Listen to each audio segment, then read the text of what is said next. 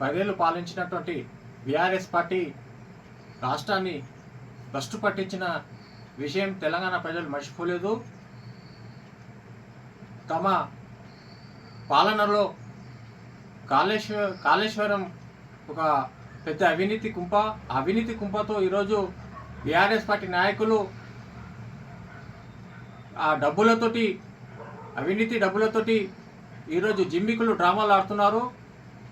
తెలంగాణ ప్రజలు మరీ ముఖ్యంగా మల్లన్న సాగర్ ప్రాంతానికి సంబంధించినట్టు రైతాంగమే కానివ్వండి, అక్కడి ప్రజలు మీ యొక్క చేసిన దురహంకారానికి ప్రజలు మర్చిపోరు.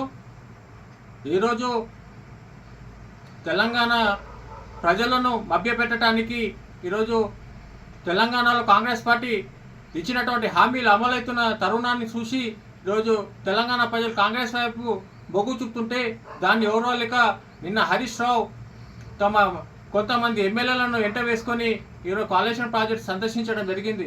అది ఎందుకు సందర్శించినావు? అక్కడ భూ నిర్వాసితులకు మొదలు నువ్వు క్షమాపణ చెప్పాల్సిన అవసరం ఉంది.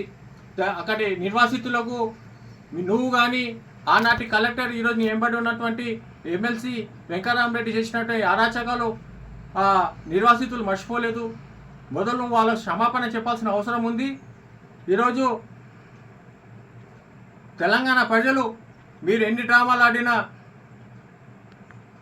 పేద ప్రజల కోసం పనిచేస్తున్నట్టు రేవంత్ గారి ప్రభుత్వాన్ని ఆశీర్వదిస్తుంది. మీకు ఎంపీ ఎన్నికల్లోనే తగిన బుద్ధి చెప్పడం జరిగింది. మీరు ఈ విధంగా డ్రామాలు ఆడుతుంటే రాబోయే స్థానిక సంస్థ ఎన్నికల్లో కూడా మీకు తెలంగాణ ప్రజలు భూస్థాపితం చేస్తారని హెచ్చరిస్తున్నాం. ఇప్పటికైనా తమ పద్ధతి మార్చుకోవాలి, ప్రజల కోసం పనిచేయాలి.